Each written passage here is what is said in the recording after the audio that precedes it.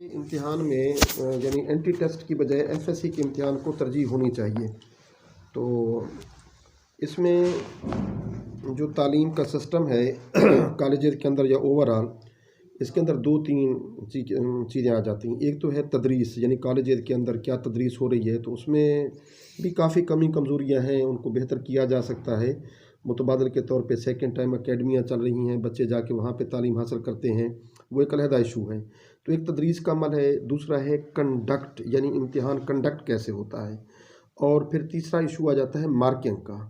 इन तीनों में अपनी अपनी जगह पे कमज़ोरियाँ हैं कॉलेजेस के अंदर, यानी तरीक़ा तदरीस या तदरीस के अंदर भी कमज़ोरियाँ हैं, उनको दूर किया जाए। कंडक्ट के अंदर इम्तिहान जब कंडक्ट कराया जाता है, जो प्रोसेस अमल होता है इम्तिहानी सेंटर का, मराकज़ का, वहाँ नकल वगैरह से मतलब तालिब इल्मों को रोका जाए। और तीसरा नुक्ता ने ये है कि जब मार्किंग हो तो मार्किंग सही होनी चाहिए।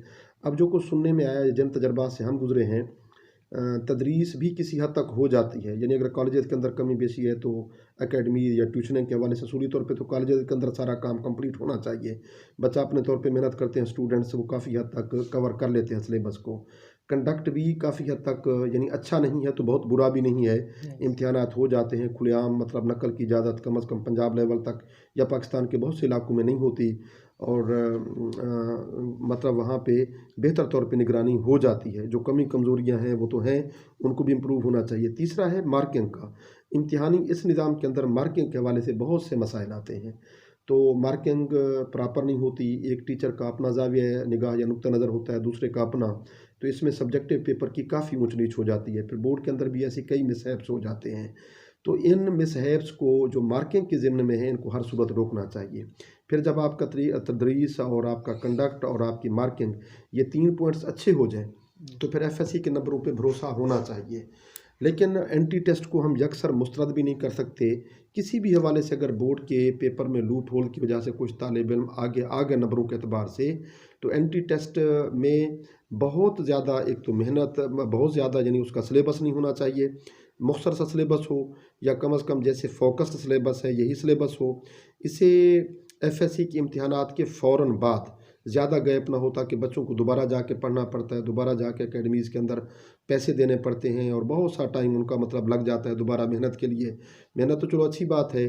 तो ये इम्तिहान जो बोर्ड का है, उन इम्तिहानात के 10, 15, 20 दिन के बाद, या कम अज़ कम प्रैक्टिकल के फ़ौरन बाद ये एंट्री टेस्ट के एग्ज़ाम होने चाहिए। ये सिर्फ इस चीज़ को परखने के लिए हो जाएं कि एक आम सतह का जो स्टूडेंट है, क्या वो इन चीज़ों को, यानी एफएससी को पढ़ के आया, या कुछ उसने शॉर्टकट तो इस्तेमाल नहीं किया। उसकी जो कुछ उसने पढ़ा, थोड़ी सी जजमेंट हो जानी चाहिए, यानी उसके टैलेंट की जजमेंट हो जानी चाहिए, उसके आईक्यू की जजमेंट होनी चाहिए, पर उसके नंबरों की इतनी ज़्यादा वेटेज नहीं होनी चाहिए।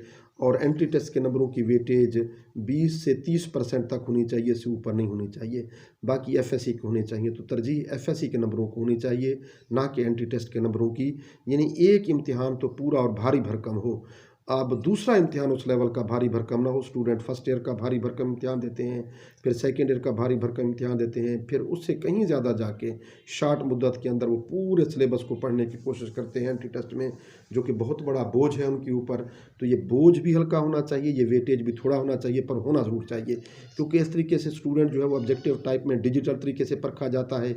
और ये मस्ट है कि जो वो पेपर ऑब्जेक्टिव टाइप दें तो उसकी कार्बन कापी हो, ताकि वो की के साथ स्टूडेंट्स अपनी गलतियां देख सकें, इससे स्टूडेंट्स को एक हवाले से तसल्ली हो सकती है। तो एफएससी की तरजीह ज़्यादा होनी चाहिए, एंट्री टेस्ट की तरजीह जो है वो उसके मुकाबले में कम होना चाहिए। ये सवाल का तो हिस्सा नहीं है। बाय द वे, हमारे यहाँ हमारे मुल्क के अंदर एंट्री टेस्ट के हवाले से जो डॉक्टर्स के हवाले से ख़ास तौर पर सीटें हैं वो इंतहाई कम हैं। मुल्क की ज़रूरियात, मुल्क की आबादी सूबा वाइज, इलाका वाइज बहुत ज़्यादा है। तो चूँकि महदूद सीटें होती हैं, और फिर जो मेरिट है, नाम तो एक मेरिट का है, अब 90+ पे क्या मेरिट होगा, जहां मतलब अगर 4000 5000 सीटें हैं तो 4-5 लाख कैंडिडेट एप्लीकेंट होते हैं।